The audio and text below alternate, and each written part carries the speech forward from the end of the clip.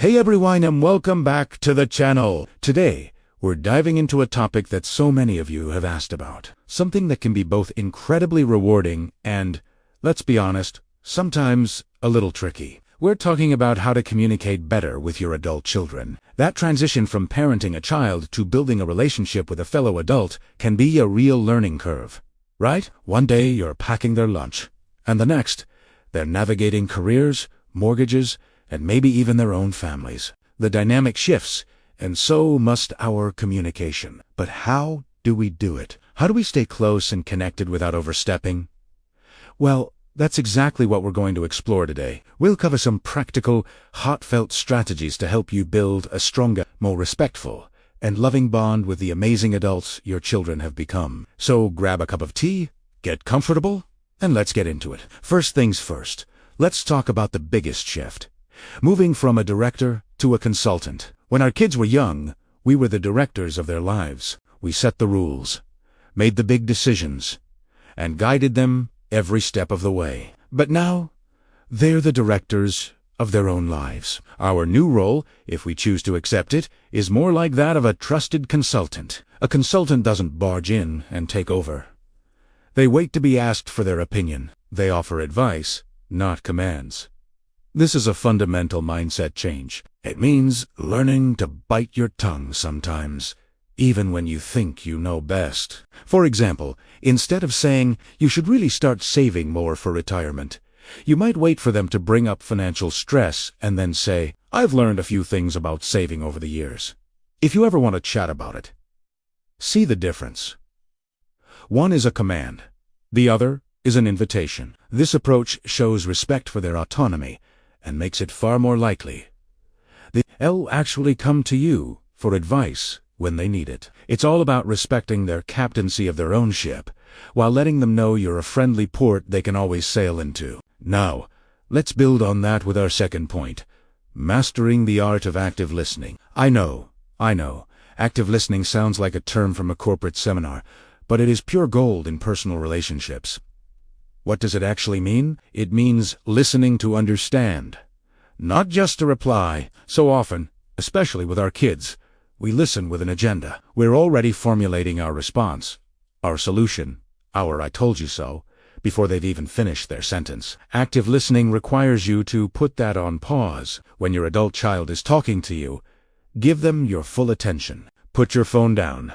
Make eye contact. Let them finish their entire thought without interruption. A great technique is to reflect back what you hear. Something simple like, "So, it sounds like you're feeling really stressed about your new project at work," can make a world of difference. It shows them you're truly hearing them and validating their feelings. It's not about agreeing with them or fixing their problem. It's about creating a safe space where they feel seen and heard. When people feel heard, they feel loved. And that's a powerful foundation for any relationship. Next up, a huge one. Let go of unsolicited advice. This is probably the single hardest habit for parents to break. We love our children, and we've spent a lifetime protecting them and solving their problems. It's instinct. But for an adult, unsolicited advice can feel like criticism. It can sound like, "You're not doing it right," or "You can't handle this on your own." Think about it from their perspective. They're trying to build their own confidence, make their own mistakes, and find their own way. When we jump in with our 2 cents without being asked, it can undermine their sense of competence. So, what's the alternative? Wait for the invitation. Phrases like, "What do you think you're going to do?" or "How can I support you?" are so much more empowering than "Here's what you should do." If you have a piece of wisdom you're just bursting to share, you can ask for permission. Try saying, "I have a thought on this. Would you be open to hearing it?" This simple question respects their boundaries and gives them the power to say yes or no. More often than not, they'll say yes, and your advice will land on much more receptive ears because they chose to hear it. Let's move on to another crucial element, respecting their boundaries. Your adult children have their own lives, their own partners, their own homes, and their own way of doing things. This means they get to set the rules for their own space and time. Boundaries aren't a rejection of you. They're a necessary part of a healthy adult life. Maybe it means calling before you drop by. Maybe it means not asking intrusive questions about their finances or their relationship. Or maybe it's about how you interact with their children, your grandchildren. Respecting their parenting rules, even if they're different from how you raise them, is paramount. The key here is to listen to their boundaries without getting defensive. If they say, "Mom, please don't comment on my weight," the best response isn't "I was just trying to help." It's okay. I hear you. I won't do that again. Thank you for telling me. Acknowledging and respecting their boundaries is a profound act of love. It tells them that you see them as a capable, independent adult and you trust them to run their own life. This trust is the bedrock of a mature, respectful relationship. Another important point is to be a source of positivity and encouragement. The world is tough enough as it is. Your adult children are navigating career pressures, social expectations, and personal challenges. What they need from their parents, more than anything else, is a safe harbor. They need a cheerleader, not a critic. Try to make your interactions with them overwhelmingly positive. Celebrate their wins, no matter how small. Acknowledge their hard work. Tell them you're proud of them. This doesn't mean you have to be fake or ignore real problems, but it does mean choosing to focus on their strengths and their efforts. Instead of pointing out what went wrong, you can ask what they learned from a difficult situation. Instead of criticizing their choices, you can express faith in their ability to figure things out. When they call you, they should feel like they're about to be lifted up, not scrutinized. Be the person who reminds them of their own strength and resilience. That kind of unwavering support is priceless, and it will make them want to connect with you more, not less. Okay, let's talk about apologies. This is a big one. As parents, we sometimes struggle to admit when we're wrong to our kids. But in an adult-adult relationship, the ability to offer a genuine apology is non-negotiable. We all make mistakes. We'll overstep a boundary, give unsolicited advice, or say something insensitive.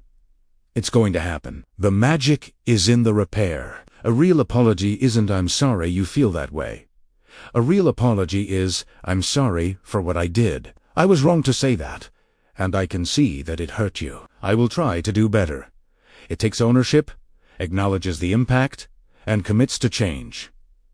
Apologizing to your adult child doesn't make you a weak parent. It makes you a strong, emotionally intelligent person. It models healthy conflict resolution and shows them that your relationship is more important than your ego. It clears the air and prevents resentment from building up over time. It can be a truly transformative act that deepens trust and brings you closer together than ever before. Finally, and this might be the most fun part, focus on shared interests and just having fun together. Your relationship isn't just about serious talks and navigating problems.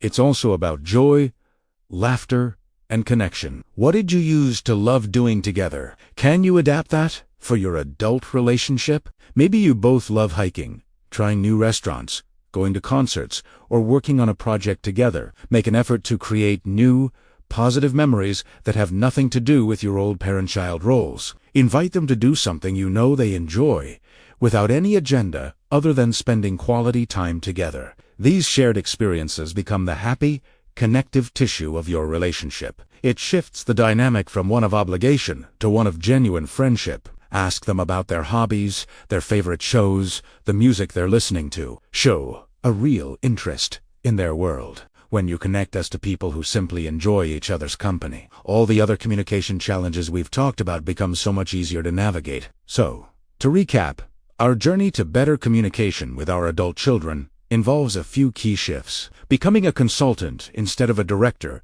practicing true active listening, holding back on unsolicited advice, respecting their boundaries, being their biggest cheerleader, learning to give a real apology, and most importantly, finding joy in simply being together. This isn't about getting it perfect overnight. It's a process of learning and growing, just like parenting was. There will be bumps in the road, but by approaching the relationship with respect, love, and a willingness to adapt, you can build a bond with your adult children that is stronger, deeper, and more rewarding than you ever imagined. Thank you so much for joining me today. I hope these tips were helpful. If you have any of your own strategies for connecting with your adult kids, please share them in the comments below. I'd love to read them, and I'm sure others would too. If you found this video valuable, please give it a thumbs up and consider subscribing for more content like this. It really helps the channel out. Until next time, take care and keep building those beautiful connections.